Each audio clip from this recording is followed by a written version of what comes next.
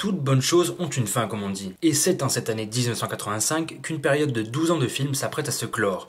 Après des années de bons et loyaux services, notre agent britannique campé par Roger Moore va rendre les armes lors d'un 7e film censé rendre hommage au genre, ainsi qu'à une carrière qui aura réussi à marquer les esprits de nombreux millions de fans à travers le monde, comme l'avait fait Sean Connery à son époque. C'est âgé de 57 ans que Roger Moore, espion fringant au smoking étincelant, accepte de tourner son dernier long métrage en tant que 007.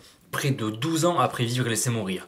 Le rôle lui aura une nouvelle fois été confié par Albert Broccoli, qui, au nom de l'amitié et du cinéma, a sans aucun doute laissé un dernier moment de gloire à l'acteur, malgré le salaire hallucinant que celui-ci encaissait à l'époque. Broccoli n'a pas froid aux yeux ni au portefeuille. Puis si c'était possible d'engranger un dernier succès commercial avant de passer à un autre acteur, c'était avec plaisir que celui-ci y contribuerait. Car oui, ce changement d'acteur fait peur à notre producteur. N'oublions pas les retours désastreux du Bond où l'on rencontrait George Lazenby pour la première fois, ou encore le stress infernal de toute une équipe en 1972 lors de la sortie de la première mission de Moore.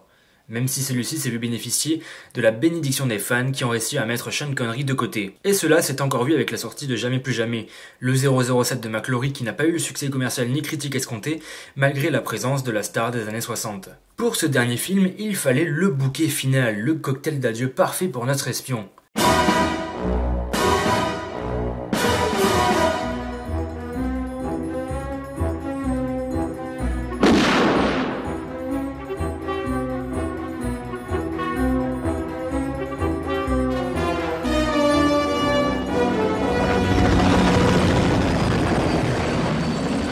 A View to a Kill, et non From a View to a Kill comme cela a été teasé dans Octopussy, est le titre de l'une des nouvelles de Ian Fleming. Seulement, en France, comme on aime faire différent, on s'est permis de le traduire par Dangereusement Vôtre, en hommage à la série phare de la carrière de Roger Moore, Amicalement Vôtre, avec Tony Curtis, avec qui il partageait la vedette. Pour ces adieux en grande pompe, il fallait mettre le paquet. Le tournage débute lors du début d'été 84 en Islande pour filmer la séquence du pré-générique où nous retrouvons notre vieux de la vieille à la recherche d'une puce électronique.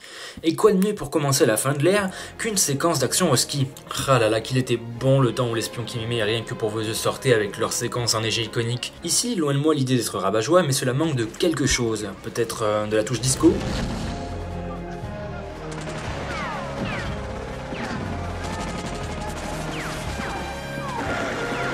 Là où Marvin Hamlisch et Bill Conti avaient contribué il y a quelques années à composer une bande originale punchy, ici John Barry opte pour le smooth.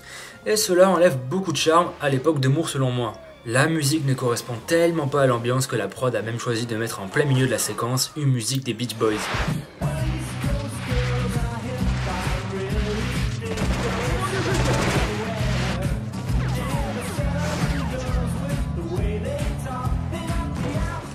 Boys, sans déconner, mais qu'est-ce que ça fout là? Alors attention, je sais pertinemment que je vais pas me faire des copains, mais selon moi, John Barry n'a jamais composé les thèmes de 007 les plus marquants. Rangez vos fourches par pitié, je m'explique. J'adore son travail sur Bon baiser de Russie, ou encore Goldfinger, ou même au service secret de Sa Majesté, mais c'est à peu près tout. Je préfère 1000 fois me taper un gigatrip en écoutant Keep Your Hair On de Bill Conti que l'osefitude de Moonraker ou Octopussy. Mais don't worry, j'adore tout de même ce thème de Dangereusement Vôtre. C'est juste que je trouve inadapté à la séquence. Puis bon, c'est un leitmotiv qui revient sans cesse tout au long du film, comme si Barry n'était pas inspiré. Heureusement que la guitare électrique vient tout faire péter, sinon je ne sais pas ce que ça donnerait. Mais ne vous inquiétez pas, j'arriverai à faire honneur à John Barry en parlant de sa bande originale Pour tuer n'est pas joué.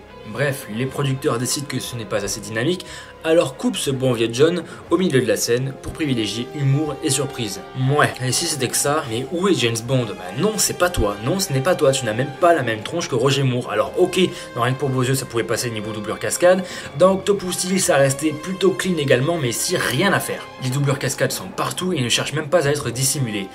Je sais bien que c'est un peu facile de taper là-dessus quand tout le monde le fait déjà, mais putain les gars, c'est vrai, faites un effort quoi. Je veux bien que c'est un film qui rend hommage à nos petits vieux et que eux-mêmes sont capables de tenir un box-office face à des icônes et des célébrités. Mais alors, assumez-le.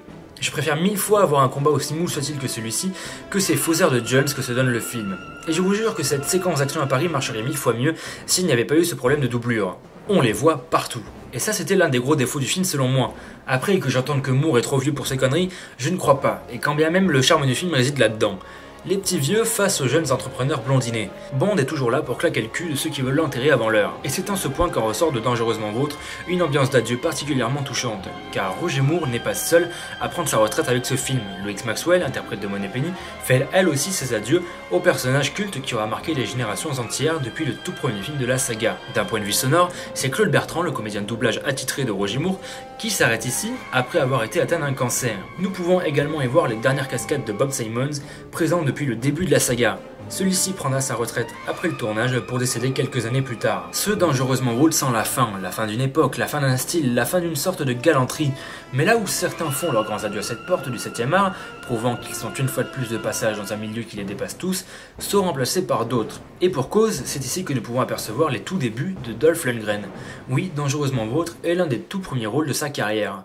Avant de foutre des grosses patates à Rocky, il était en couple avec Grace Jones, l'une des vedettes de ce 14e opus. Puis même suffit de voir les crédits aussi. Albert Broccoli, qui fait chevalier seul depuis le départ de son associé Eric Salzman après la sortie de L'Homme au pistolet d'or, décide enfin de prendre Michael J. Wilson sous son aile à la production. Un magnifique duo pour commencer à former son apprenti pour un prochain passage de flambeau. Pareil, si vous aimez voir de nouvelles têtes arriver dans de grosses franchises, vous devriez apprécier Christopher Walken, l'acteur en vogue du moment qui a été oscarisé pour Voyage au bout de l'enfer en 1978. À la base, pour l'anecdote, c'était un rôle qui a été écrit pour David Bowie, mais pour notre plus grand malheur, celui-ci refusa. Mais c'est pas plus mal non plus, car Max Zorin, ce vicieux psychopathe et sans aucun doute l'un des meilleurs antagonistes de la franchise, il est complètement taré. Franchement, quand je vois que certains veulent que Christopher Walken incarne le Joker de Batman, j'ai envie de leur dire qu'il l'a déjà incarné.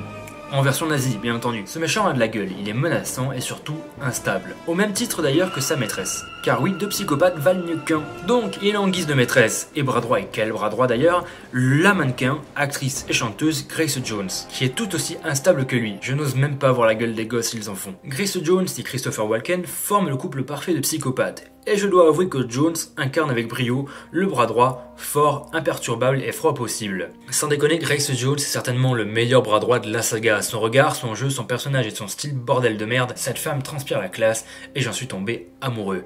Preuve une fois de plus, non déplaise aux détracteurs, que la saga 007 a toujours été très inclusive.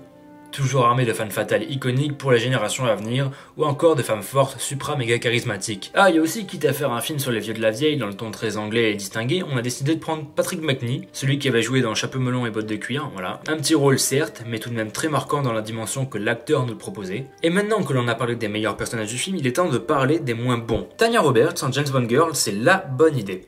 C'est une femme magnifique, et elle avait vraiment moyen de faire ses preuves dans la franchise. Mais c'est par malheur que Michael J. Wilson et Richard Maybaum, nos deux scénaristes, sont passés par là. Ce personnage est trop peu présent à l'écran et surtout insignifiant au possible. Pour un final, on aurait espéré une relation plus mignonne comme l'a été celle avec Carole Bouquet dans Rien que pour vos yeux. Et même si ça peut paraître drôle de voir un vieux quasi soixantenaire pécho une femme dont la mère est plus jeune que lui, avec du recul, ça fait un peu tiquer. J'ai l'impression que cette femme ne sert qu'à crier. La femme qui va se réfugier dans les bras de Bond lors de n'importe quelle situation. James par-ci, James par-là. Non, de Dieu, stoppez-moi ça. Mais bon, mis à part cela, le tournage a été une jolie galère. Entre le manque de neige lors de la séquence en Sibérie qui a été tournée en fait en Islande et puis en Suisse, les tensions qui montaient entre Roger Moore et Grace Jones car celle-ci aimait bien faire péter les watts de manière radicale dans sa chambre, empêchant l'acteur anglais dans la loge d'à côté de dormir, paraîtrait même que pour surprendre Moore durant cette scène de sexe, elles se sont emparées d'un gros godemiché pour surprendre son partenaire de jeu. Excellent prank de la part de cette queen made in 80s. On peut ajouter à cela également le fait que la mairie de San Francisco ne voulait pas que la production filme une personne sauter du véritable pont du Golden Gate, sous peine de potentiellement voir des vagues de suicide de cette manière, ou alors même cerise sur le gâteau, le jour où le studio 007 à Pinewood a pris feu à cause du tournage d'un certain Ridley Scott. J'ai même mieux, la production a même dû virer un cascadeur qui était tellement frustré de voir son collègue réussir le saut de la tour Eiffel et qu'aucune entreprise ne soit commandée, a décidé comme un gros trou de balle de sauter à son tour sans aucune autorisation. Dangereusement Vôtre regorge de souvenirs de tournage et d'archives intéressantes. On a beaucoup de choses à se mettre sous la dent avec cette 14e aventure 007. Dans la production, bien entendu. Car le film, même si l'intrigue ressemble pas mal à celle de Goldfinger, elle reste cool à suivre. C'est seulement dans le rythme que ça ne suit pas. C'est mou du genou. Les séquences d'action mettent un temps fou à arriver et quand elles sont là, ce sont souvent des pétards mouillés. Le climax est cool, oui, le reste, oubliable. même la séquence du camion de pompier qui est assez platonique, ou même encore celle à cheval. Bref, Dangereusement Vôtre, c'est pas le film qui va briller par ses séquences d'action, loin de là. Mais quoi qu'on dise, il s'agit d'un parfait adieu assumé au bon de Moore, un film qui regorge de jolis clins d'œil et références, et qui fait de son mieux pour rester la même substance qui a fait de cette ère une ère unique et peu égalable. Et on pouvait pas faire meilleur départ en fanfare avec ce morceau inégalable signé Duran Duran. Et oui bordel, oui ce générique pète. On utilisait enfin de nouveaux visuels et oui ça défonce. Potentiellement l'un des meilleurs morceaux de générique de la saga. Ce thème va se hisser au top 1 du hit parade et il va y rester assez longtemps. Gros succès pour la musique, mais qu'en est-il de celui du film? Eh bien, faut dire que malgré ses affiches de la mort qui tue, A View to a Kill a beaucoup de mal à rentabiliser son budget et à se hisser parmi les blockbusters phares du moment, notamment quant à certains Sylvester Stallone et sur tous les fronts. Dangereusement Vôtre, c'est le film de la saga qui a fait le moins d'entrées en France. Néanmoins, le succès reste présent et même s'il ne vaut pas celui d'un espion qui m'aimait vivre et laisser mourir ou même Moonraker, Moore peut partir la tête haute. Après avoir bercé des générations entières de par sa prestance et sa manière d'incarner l'espion anglais, une vision unique du personnage qui en ces temps lugubres font un bien fou à regarder. Et ce final qui est Dangereusement Vôtre en devient automatiquement une œuvre nostalgique d'une époque que je n'ai pas connue. Un grand merci à toi Roger Moore, tu auras forgé une énorme partie de mon enfance, et Dieu sait que cela faisait du bien de tomber sur un de tes films quand je faisais la chasse au 007 dans les vides-greniers. Ton charme, ton flegme, ton humour et ton sarcasme font désormais partie de mon mode de vie. Une époque c'est fini, mais il fallait au plus vite en commencer une autre. Avec un autre acteur qui aura la beaucoup trop lourde tâche de vêtir ce costume. Une mission suicide ou une réussite? Réponse en juin dans la critique de Tuer n'est pas joué. A plus.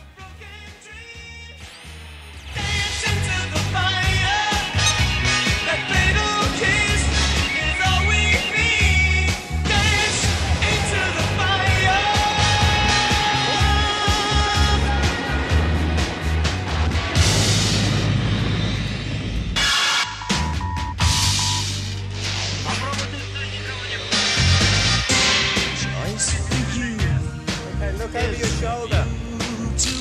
That looks great.